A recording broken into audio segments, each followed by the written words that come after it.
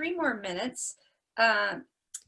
Someone asked if you had any more client success stories using the BPS approach, something memorable for you. And if it's something you can tell us in a couple minutes, that'd be great. Yeah, sure. Great. So I had a guy, and he had a myotonic muscular dystrophy. So he was a Desert Storm veteran, and by the time I saw him, he was in a bad way. He had lost a lot of his fine motor skills. He had lost his ability to do a lot of things that he wanted to do.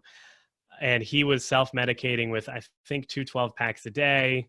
And he was very, very depressed. So I got his referral, and they basically handed him to me because at the time I was the clinic lead and no one else really wanted to treat him. They were like, we don't know what to do. You can have him. And at the time I really didn't know much about myotonic dystrophy at all. And with him, I realized that, and we became very aware that it was service connected. Like, he was exposed to some chemicals over in Desert Storm that were causing this neurodegenerative decline. So the first day I sat down with him and I was like, listen, I'm going to be entirely honest with you. You're the first patient that I've ever seen with this disorder, specifically from this type of etiology, right? But I'm just going to ask you one simple question. And the question was, I think I've mentioned it before. It's the Dan Sullivan question. I kind of modified it. I said, it's a year from now. You and I are drinking a cup of coffee, and you're happy. We're talking about, what happened in therapy, and you're happy. You're really happy. What happened in that last year that made you so happy? And that question in and of itself, that's all I asked, really. And then I started taking notes. And he talked about, it totally opened him up. So he talked about playing with his church band that he couldn't do anymore, going to church groups, doing the big one for him was like a Bible study, having friends over, reconnecting with his ex-wife, like all of this kind of stuff that really didn't have anything to do with what I was planning on doing. Like, okay, we're going to give you some adaptive equipment and we're going to do this and that.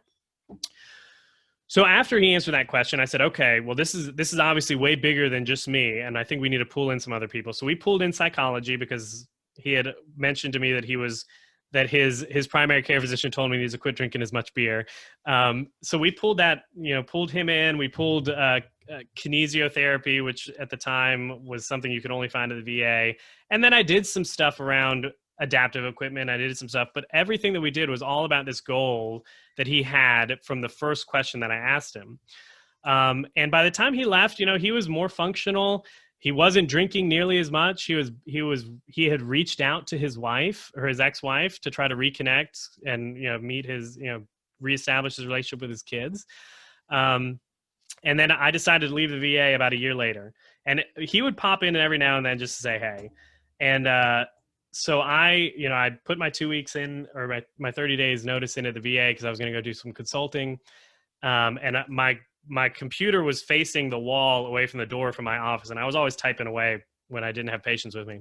And there was a knock on the door, and I turned around and I said, hey man, how's it going? And he said, I heard you're leaving. And I said, yeah, life, there's just a better offer I had to take. And he said, listen, the first day of therapy with me, you asked me this question about what would make me happy. And he said, I just want you to know, you might not know it, and you might not even think that you did anything about it. But I've quit drinking. I moved back in with my wife and my kids, and I just feel happy. And I don't know if there's anything that you did that led to that.